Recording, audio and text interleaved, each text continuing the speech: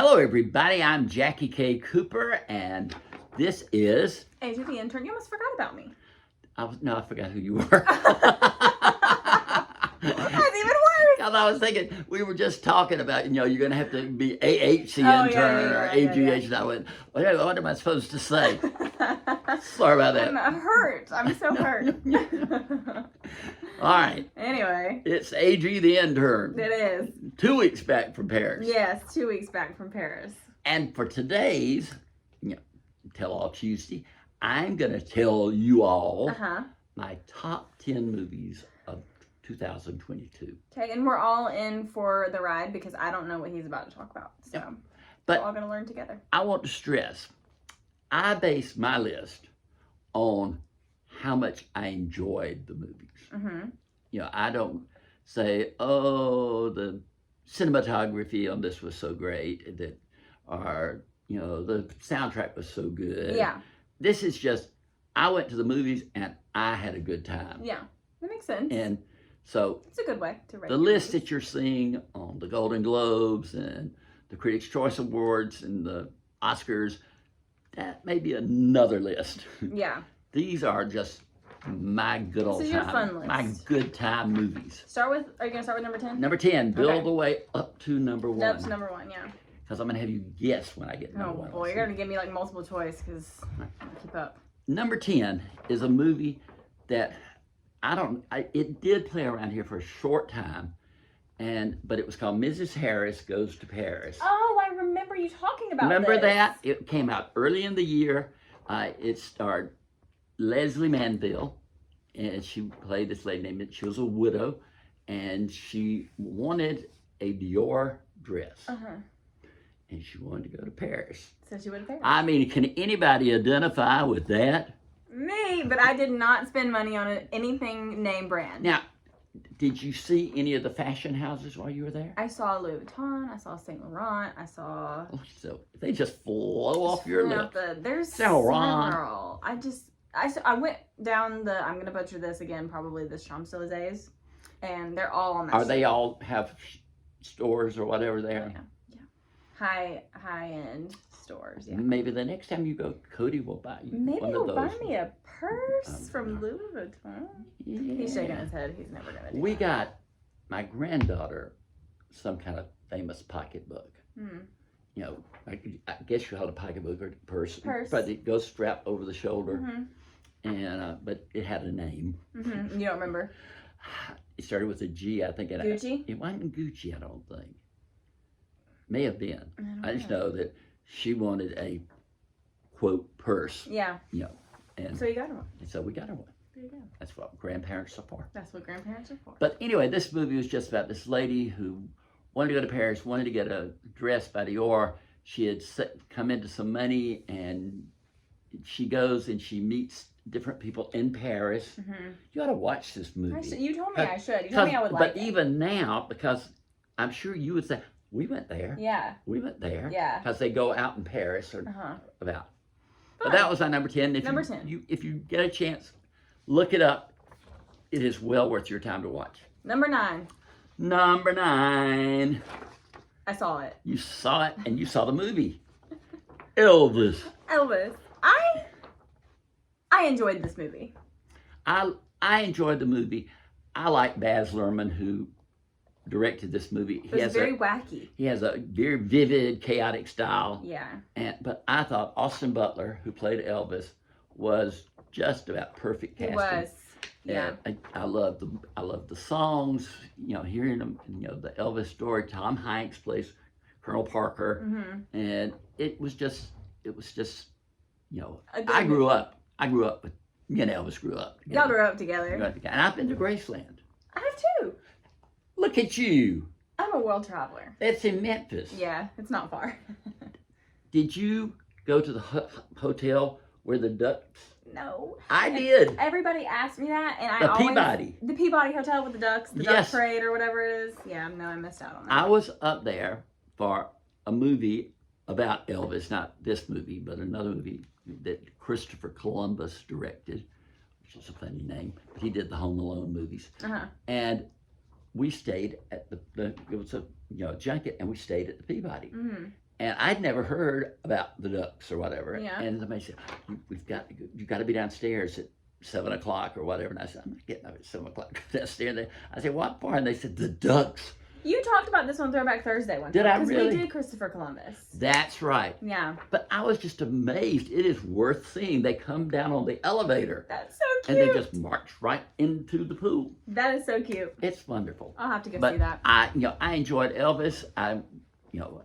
Kind of people had differing, opinions of it. Yeah. But I just thought, again, it was a movie to enjoy. Yeah. It was fun. All right, number 7. Number 7. I didn't see that time.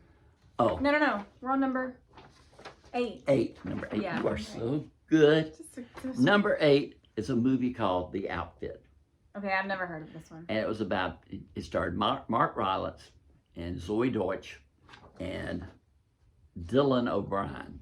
I like Dylan O'Brien. You liked that. I remember when we talked about this movie, you talked about you like Dylan O'Brien. But I knew nothing about this movie. I went to see it, and I was like, this is just terrific. This is a movie from earlier in the year. Early in the year. And he was a tailor. Mm-hmm. But he was a tailor, and his business was a front for a mob gang. Mm-hmm.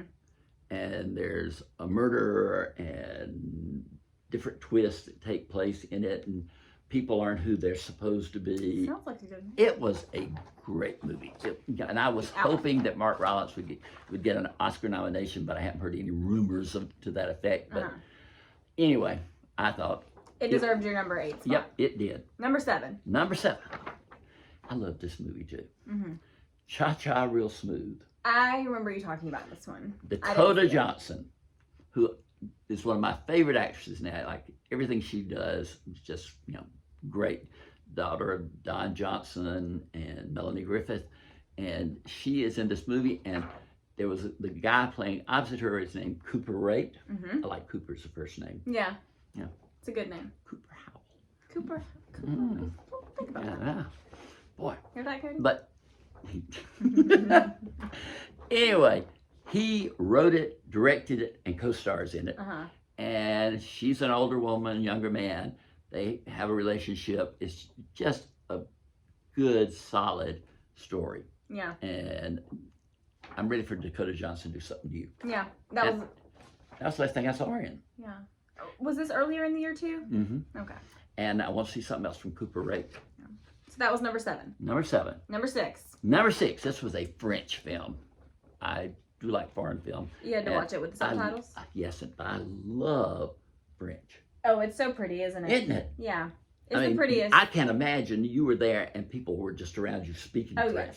Yes. It was kind of wild though, because after a while, like when you're there for a long time and you don't understand any of the language, it's like, I wish I knew what you were saying. But it's really pretty to listen to. Did I ever tell you when we went to Greece, that Terry and I went there and we went into a restaurant, and I had decided that nobody spoke English, but if you said it loud enough that they would understand you. They would understand. And I'm sitting at the restaurant. This is so American touristy, terrible thing. And I said, "Do you have Coca-Cola?" Oh no. Just because you yell louder, Jackie, it doesn't mean that they And she said, "Yeah, we got Coke." Maybe it does work. She spoke fluent. I mean, I found myself talking slower too when I was talking to the waiters, just because I didn't want to sound too southern, you know. Oh, yeah. Y'all got. Dude, I said y'all one time, and I about just like ran out of the restaurant. I was so embarrassed. I was like, I can't believe I just said y'all. But France. This movie, read it in subtitles. It was about a couple, fall madly in love, live a bohemian style life. They have a child. She is kind of manic depressive, and she loves the song Mr. Bojangles, which you didn't know. I remember we talked about this, and I went and looked it up on YouTube and played it 1,000,000 times. I bet you did. I did. Sammy Davis Jr. had a great version. And it was just a melancholy movie, and but you like sadness. I like sadness. I am so bad about it. Oh, no. Terry said, "You are so dark. You like dark rooms. You like..." Yeah. And I'm a... You are a happy person, but you like very sad movies. And the cover of the book Only Una that we talked about, the red lips. And, so I said, I love that cover. Yeah. And Terry said, it's dark. It's dark. That's why you That's like why it. I love it. It's good cover though. But anyway, Waiting for Bojangles that was just a great movie. What number are we on? We're up to number 5. Number 5. We're entering the top 5. The top 5. So, and you've seen one of the other 5. Oh, good. Perfect. Your record's going. It is. This movie was called The Road to Galena. It was about 3 best friends, 2 male, 1 female, and their lives and how each life affected the other.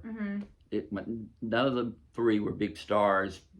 I couldn't cite you their names like this, but I loved the movie.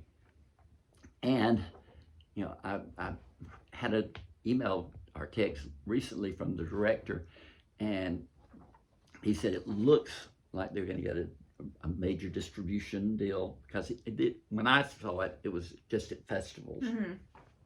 So I'm really excited about it. I remember you talking about this too. Gosh, it was just like a movie from the 50s, which of course you're like, man, it might as well be from the 20s. Yeah. But it was after they had sound and Technicolor. But it was just a simple movie about relationships, and it was just great. Yeah. And I loved it. You like feel-good movies too. I do. Yeah. Sad and feel-good, 2 opposite ends of the spectrum. I got a physical therapy for my mobility. Oh God, I hate physical therapy. But they got a new guy. Hey, Daniel, and he works with me some, and he loves movies. So you'll have something. He loves movies, and what is so funny is he loves romantic comedies. He's just and then he told me this past week, he said, I watched The Notebook this week. It's like one of the greatest movies ever. Oh, it so is. I love The Notebook. Yep.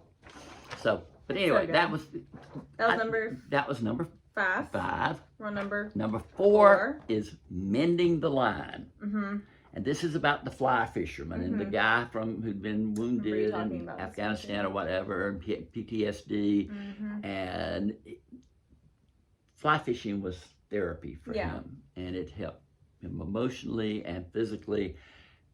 The movie just blended. Brian Cox is in it. Sinquad Walls is in it. Patricia Heaton is in it. The characters just blended together. There were scenes in that movie that were just stunning. They were so well photographed. And I remember you talking about this when you saw it the first time. You really liked it. Yeah, I don't forget. Yeah, you don't forget. I bring them forward. Number 3. Number 3. Now, I can't remember if you saw this or not. Okay.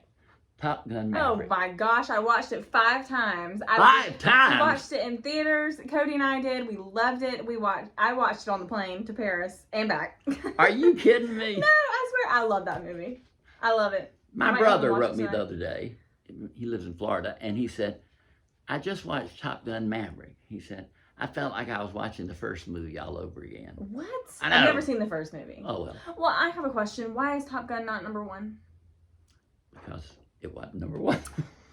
It was good, though. And I hope Hold My Hand by Lady Gaga wins the best song of the year. That was good in that movie, wasn't it? That was a great song. Yeah, it was. The photography in that movie. Excellent. That movie makes me feel like I can fly airplanes. But don't ever get on an airplane with me, because you won't make it back down. Not a good idea. Nice to know. Yeah. I'll file that away. Yeah.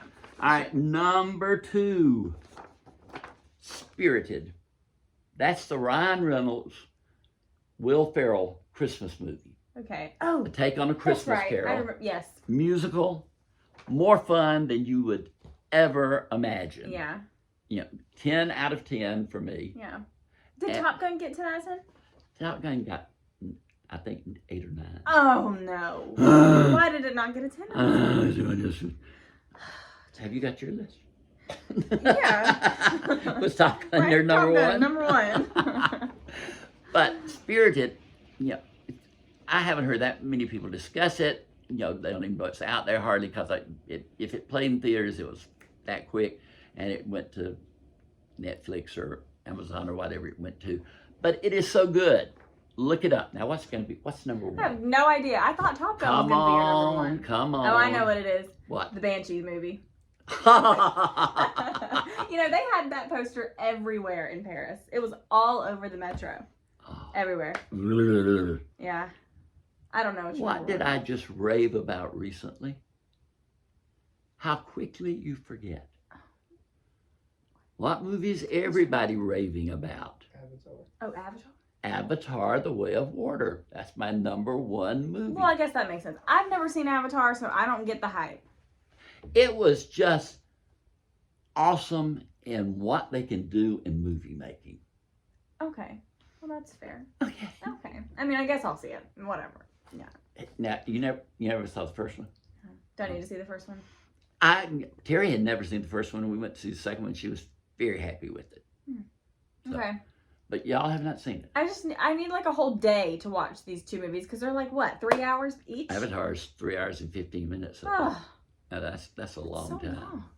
But that's my list. That's What I think was entertaining I'm last disappointed year. that Top Gun wasn't number one, but that's fine.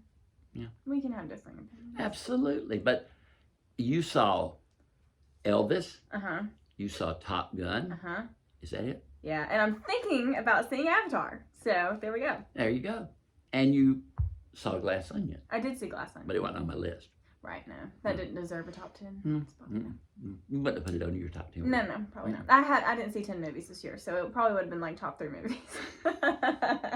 Maybe we'll do that next year. Maybe. Yeah. Amber's top 3. Amber's top Not 3. necessarily good. It's the only 3 she saw.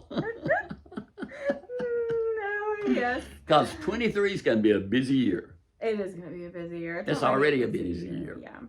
But that is, from the top of my head, out of my eyes, those were the 10 most entertaining movies of the year. So I hope if you haven't seen them, check them out, especially the ones that you think, I got to write that down because I'm not familiar with it. But this has been Jackie K. Cooper here with... To the intern. I know who you are. You know who I am. And this has been Tell All Tuesday.